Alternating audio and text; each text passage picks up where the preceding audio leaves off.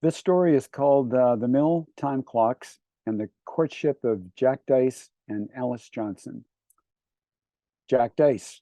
On January 28th, 1941, Jack, at 17 years of age, entered into a 5-year electrical contract of apprenticeship at 16 cents an hour. During the war, the contract could be interrupted by military conscription on a person's 20th birthday. However, Jack's leg was amputated below the knee in a Powell Lake boating accident only months before his 20th birthday. As he was recovering, Jack went to work on crutches, not letting his disability slow him down. The mill owner, Mr. Foley, noticed and said to Jack, "We've been watching you and we're proud to have you." Later, the men in the mill took up a collection and bought Jack a prosthetic leg.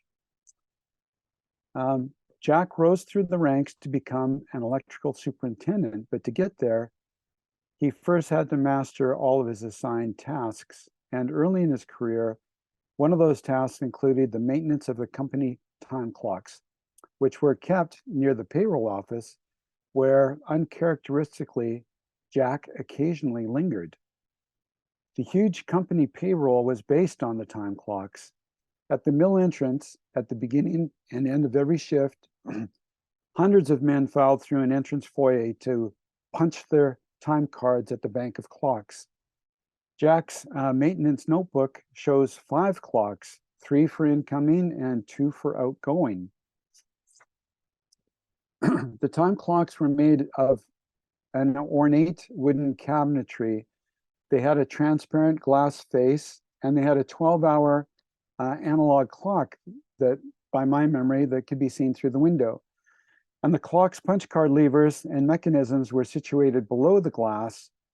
The levers were made of this really nice polished brass, now displayed in a darker patina from the daily touch of hundreds of hands.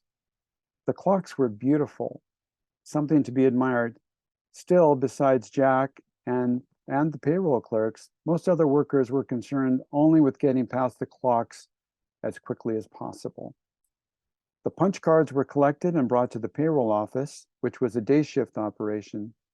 In the 1940s, the payroll office was directly adjacent and opposite of the time clocks and separated only by a large see-through glass partition. The office staff there included several young single women, and while working on the time clocks, visible through the glass, a payroll clerk named Alice Johnson caught Jack's attention. Alice Johnson. So Alice's father, Herman, moved his Burnaby construction business, Bergen Johnson's, and his family to Powell River in 1939, where Alice went to Brooks High School. After the war began, students' graduation was already assured, but Alice wanted to officially graduated. And so she says, "I was all by myself and half the classes were study periods. I was still taking English and trying to fill in some commercial courses. In April, they came and said they wanted someone in the mill company office. So I went down and I got a job in 1943 in the time office where I worked for 6 years. I worked on different payroll machines. There was an IBM, there was a National, and then there was a Burroughs, or vice versa. The best one was IBM, but they didn't have anyone in Powell River to fix it. So if something went wrong, you could only get here by boat. So then we'd have to type up the checks by hand. Alice was thorough and flawless in her bookkeeping. Her memory to this day, she's 96, is astonishing. As a mentalist entertainment trick, we still ask her our dad's and other family members' payroll numbers, and she still remembers them. Each payroll number began with the department number prefix, such as 12 for electrical or 15 for millwrights, followed by personal numbers. In 2016, Alice was asked what it was about bookkeeping that came so quickly for her. "I don't know. I just knew it had to come out right. It's wrong if it doesn't come out balanced. You just have to be really careful. For the time cards, we had to add them up. Well, this guy was correcting my work, and I could tell because he had erased it. And there were some big numbers on there.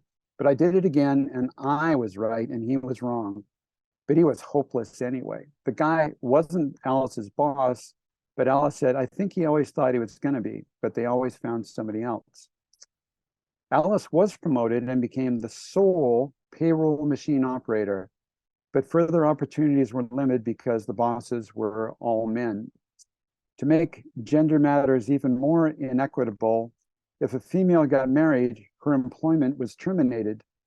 The mill policy was to find jobs for men returning to the workforce after the war, and Alice accepted that policy. This is the very brief courtship and marriage of, long marriage of Jack and Alice. In 1945, Jack finished his electrical apprenticeship, and with a journeyman's pay of over 60 cents an hour, he could now entertain a new future. So, not surprisingly, in 1946, Jack, now 23, and Alice, now 20, began dating. After the war, new car sales were rationed. However, because of Jack's disability, he was the first person in Powell River to be offered the opportunity to purchase a new one. So, on February 6, 1946, with a bank loan of $1,553, he bought a 1946 Chevrolet. 7 decades later, Alice was asked what she initially found interesting about Jack, and she answered, well, he had a nice car. The couple married in 1949, and as anticipated, Alice's employment with the mill was terminated. When the time clocks were retired from service, Jack brought one home, which he later donated to the museum. Alice and Jack were married for 70 years, living at their Westview Buttedale Street home. They had 2 children, my older brother Brian and myself, Bob. Thank you.